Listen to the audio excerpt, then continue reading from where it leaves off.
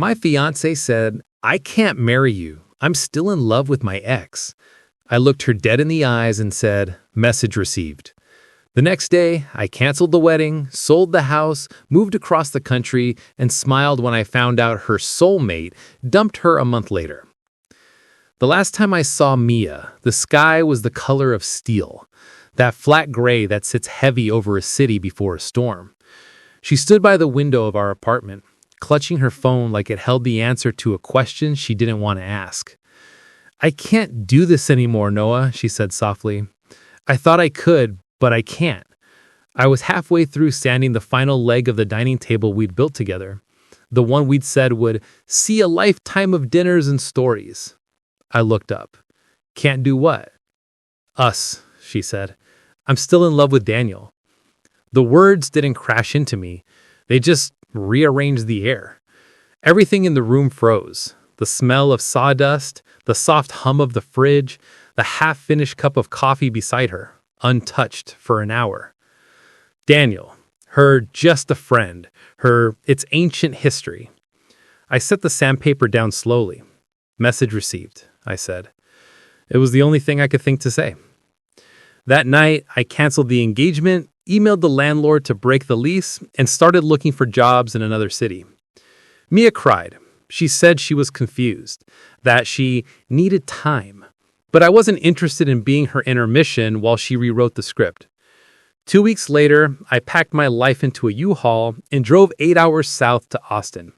The city smelled of barbecue smoke and wet asphalt. I signed a lease on a one-bedroom apartment with too much light and no memories. For the first week, I felt nothing, just an empty hum in my chest where the noise of our life used to be. Then the grief came, quietly at first, and the way I'd still reach for 2 mugs in the morning, or pause before locking the door, expecting her to follow. I let it come. I let it wreck me. And then I started to rebuild. Work was the first anchor. I found a small architecture firm that needed someone who could design and not talk much. Perfect. I spent hours sketching clean lines and open spaces, places without ghosts. In the evenings, I walked the city. Austin was different from Seattle. Louder, sunnier, unapologetically alive. It didn't care about my heartbreak. It kept moving, and eventually, so did I. I sold the engagement ring. I bought a kayak. I learned how to cook something that didn't come from a box. Months passed. The ache dulled into something manageable, like an old scar that only hurts when it rains. Then, one morning, a message arrived. Unknown number. "Hey Noah, it's Mia. I heard you moved. I miss you." I stared at the text for a long time. She missed me. Or maybe she missed the version of me that made her feel safe while she chased danger elsewhere. I didn't reply. 3 weeks later, a voicemail. Her voice was trembling. "Noah, I made a mistake. Daniel, he's not who I thought he was. He left. I don't know what to do. I keep thinking about the way you used to make me laugh, the way you took care of me when I got sick. Please, can we talk?" The old me would have listened twice. The new me deleted it after 10 seconds. Pain has a funny way of refining a person. It burns off the illusions until only truth remains. The truth was simple. She didn't want me. She wanted the comfort I represented, the quiet home, the stability, the safety net. I was done being anyone's safety net. 6 months later, I got a call from her sister, Claire. "She's not doing well," Claire said. "She's been staying with Mom. Won't get out of bed some days. She says she regrets everything. Could you maybe just call her? I think hearing from you would help." "No," I said softly. "It wouldn't help her. It would only hurt me." There was a long pause. "You really loved her, didn't you?" "I did. That's exactly why I can't call." By the time the first anniversary of our canceled wedding rolled around, I barely noticed the date. My life had filled back up. New friends, new work, new small joys. I'd met someone too. Not love, not yet, but something honest. Her name was Clara. We met at a climbing gym. She was everything Mia wasn't.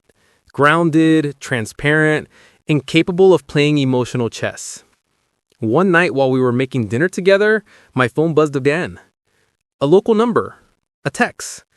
Mia, I saw your design featured online. I'm proud of you. I still think about you every day. I looked at Clara, her face glowing in the warm kitchen light as she laughed at something on the stove. I deleted the message. Not out of anger, out of peace. Some stories aren't meant to be rewritten. A year later, my firm sent me to Seattle for a client meeting. My old city, my old ghosts. The air smelled like rain and pine needles, familiar and foreign all at once. After the meeting, I walked past the cafe Mia and I used to go to on Sundays. I almost kept walking, but nostalgia has a way of tugging at you, so I went in. The place looked the same uneven tables, the same chalkboard menu, the same barista with too many piercings. I ordered a coffee and found a seat by the window. That's when I heard it. Noah? I turned. She was standing there, smaller somehow. Her hair was shorter, darker. Her eyes had the tired glaze of someone who hadn't slept enough or smiled in a while. Mia, I said, neutrally. She smiled faintly. You look different. I feel different. We sat. She told me everything, how Daniel drained her savings, how she lost her job, how she moved back home and couldn't stand the silence. I was stupid, she said, tears spilling over. You were the best thing that ever happened to me. Can't we just start over? I looked at her, really looked, and realized the strangest thing. I didn't hate her. I didn't even pity her. I simply didn't care anymore. Mia, I said, what we had was real, but it's over.